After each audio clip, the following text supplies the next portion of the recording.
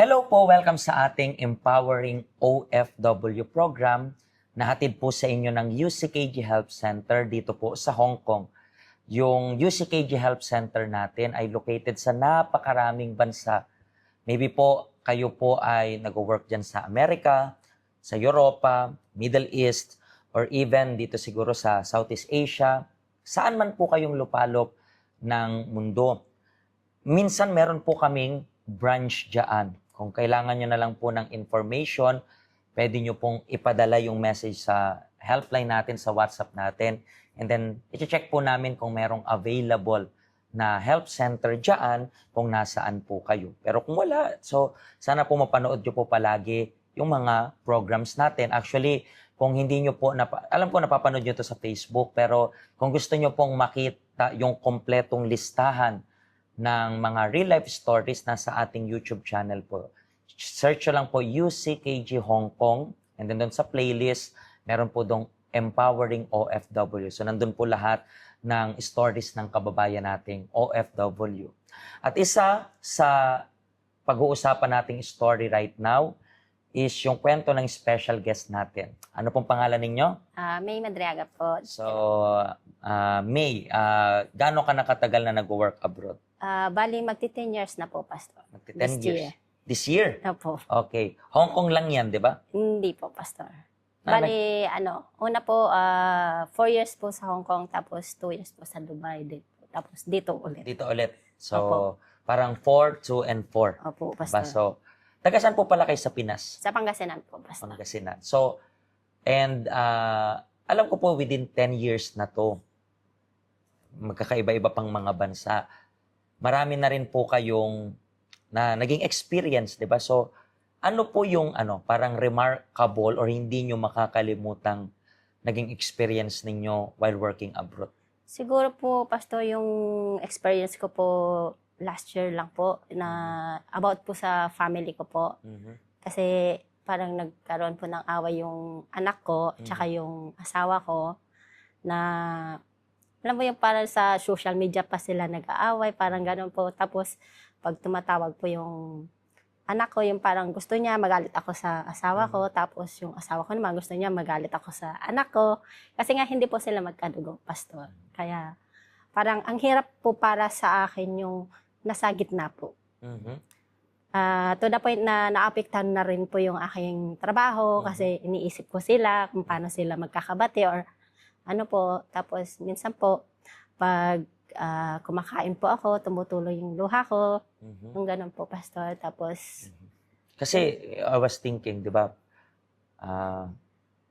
Pag gusto mong mag-abroad, marami tayong kababayan na planong mag-abroad. Pero minsan hindi prepared yung mental health nila. Diba? Minsan, kasi kapag sinabi kong prepared yung mental health, they have to understand na kapag mag-work abroad, kailangan focus ka. no po, Pastor. Diba? Focus ka talaga. Opo. Hindi dahil hindi mo mahal yung pamilya mo, pero importante lang na nakapokus ka. Bakit? Kasi Opo.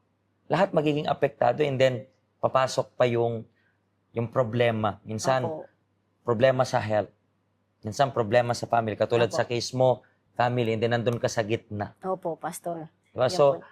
mabigat yung ganyang case. Diba? Imagine mo, I believe, minsan may mga issue ka rin sa amo. Opo, Pastor. Tapos sasabay pa yung pamilya. Opo, then, Pastor. Magiging divided ka. So, Opo, Pastor. mahirap i-handle yung situation. Tsaka yung isa pa po, Pastor, yung tuwing tatawag yung anak ko, sasabihin niya na, hindi mo na ako mahal kasi may iba ka ng pamilya, ganon.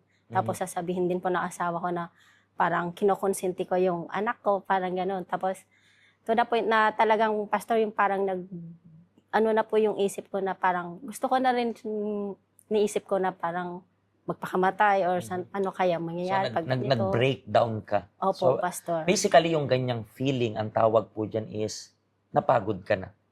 Opo, Pastor. Diba? Kasi, pero I'm not talking about yung pagod ng physical kasi physical kaya pa nating i-handle. Yes po, Pastor.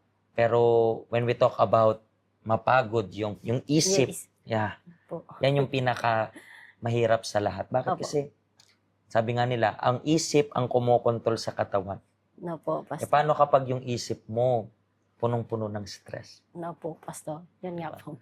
I believe yan yung naranasan mo. And marami tayong kababayan actually. Let me pause lang yung pag-uusap namin. Let me talk to you. Boro, lahat kayo na nanonood. Kasi alam ko po na itong pinagdaanan niya, kasi ito is napagdaanan na. Alam ko po na ito man ang napagdaanan, ibig sabihin yung nakaraan. Yung iba sa inyo, ito po yung kasalukuyan. Siguro as of now, umpisang-umpisa pa lang, gets mo yung ibig sabihin kasi alam mo kung paano mamroblema sa amo, anak, sa partner, sa asawa, minsan dadagdag pa yung parents. So, ngayon, anong uunahin mo? And then, sa kakaisip mo kung ano yung uunahin mo, wala ka naman talagang inuuna dyan. Ang nangyayari lang is nagiging divided ka. So, napansin niyo po ba na hindi mo naman na-solve yung problema mo sa anak? Hindi mo rin na-solve yung problema mo sa partner mo o sa asawa mo? Hindi mo rin na-resolve yung problema mo sa parents mo? At ngayon, hindi mo rin na-resolve yung trabaho mo. Bakit? Divided. Divided.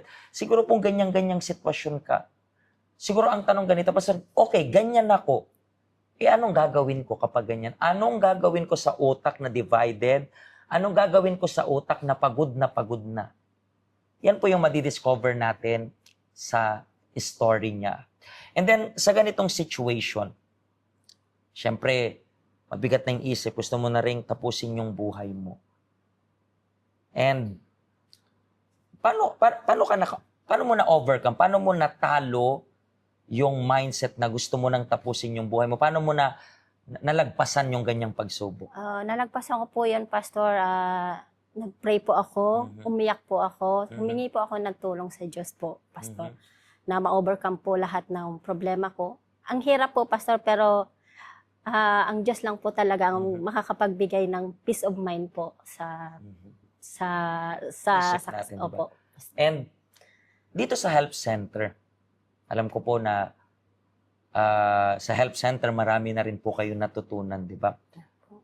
And how about you? Ano yung parang, kung meron mang isang natutunan ka habang pinagdadaanan mo yung ganitong mabigat na sitwasyon, ano yung natutunan mo na applicable para sa kababayan nating Pilipino? Yung sobrang pagka-emotional po, Pastor, yun po dapat na iwasan po natin. Yung sobra po talagang pagka-emotional kasi doon po tayo natatalo ng ng isip natin, Pastor. So tingnan niyo po, laging merong conflict. Natatalo yung isip pag mataas yung emotion. So, hindi po ko nagiging religious dito kasi I don't want even to speak to you in a religious way. Pero hindi to religion tong sinasabi ko na pagpagod na yung isip mo, kailangan mong lumapit sa Diyos. Walang ibang way. Pwede kitang i-motivate. Pero may iba, sabihin natin na convince kita, na motivate ka dahil sa program na to. Pero pwede ka rin i-dismotivate ng iba. Nag-gets po ba? Ganyan yung mundo eh. Para bang merong laban ng salita. Meron akong salita to motivate you. Meron rin salita yung kaibigan mo, family members mo, para hindi ka ma-motivate. So paano yan ngayon? Kailangan mo po ng Diyos. Wala akong ibang advice, walang matalinong advice at tamang advice na pwedeng ibigay sa taong pagod na yung isip, kundi ibigay sa Diyos. Di ba siya na rin nagsabi na, lumapit kayong nabibigatan. Alam mo po kung bakit bigat na bigat ka, kasi ayaw mong lumapit sa Diyos. Hindi, Pastor, nagpipray naman ako, lumapit ka sa Diyos. Sinasabi ko ba na dapat ka dito magsimba? No, magsimba ka lang. Siguro po, ini-entertain mo yung sarili mo sa pagvi-video, sayaw dito, punta dyan sa mga beach, park, and everything, hiking, and everything. Alam mo na hindi ka masaya. Alam mo na kapag katapos ng hiking, pagod na yung katawan, dumagdag pa ang pagod ng isipan. Hindi po ibig sabihin na in-entertain mo yung sarili mo is napagtagumpayan mo yung pagsubok mo. Pwedeng naging masaya ka for the meantime, pero how about next? What's next? Sana po hindi ka mapagod sa punto na inabot niya, na gusto niya nang tapusin yung buhay niya. Or baka nandiyan ka na sa punto na yan. At kung napapanood mo ko kasi hindi yan nagkataon lang, I believe, ginagamit to ng Diyos para tawagin ka. Pwede mo pong bisitahin. Siguro, ang dahilan mo, hindi pastor, hindi ko day off ng Sunday, hindi ko day off ng Saturday. Everyday kami bukas. Ang kailangan lang, lumapit ka. Merong krus na nag-aantay sa'yo para isuko mo lahat ng pinagdadaanan mo. Maraming salamat, May, sa pag-share mo ng story mo and hopefully, maka-inspire ito sa mga kababayan natin na meron ring bigat na pinagdadaanan sa loob nila. Opo, pastor. Okay? Marami rin pong salamat sa inyo kung meron po kayong kilala na gustong magpakamatay. Pagod yung isip, stress. Please, i-share nyo po yung link ng program na ito para sa kanila para bago pa nila magawa yung hindi dapat nila magawa. Umaasa po ako sa inyo at hanggang sa susunod na episode again.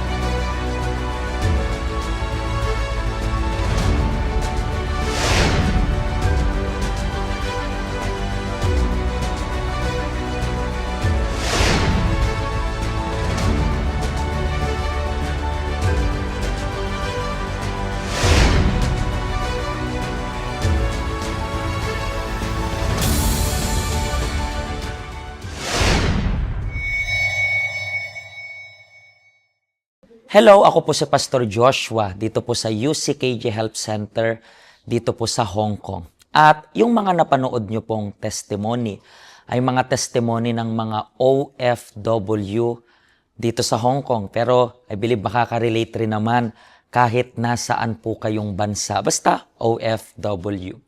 Ang health center po natin ay walang pinipiling religion. Base na rin po sa name, Health Center.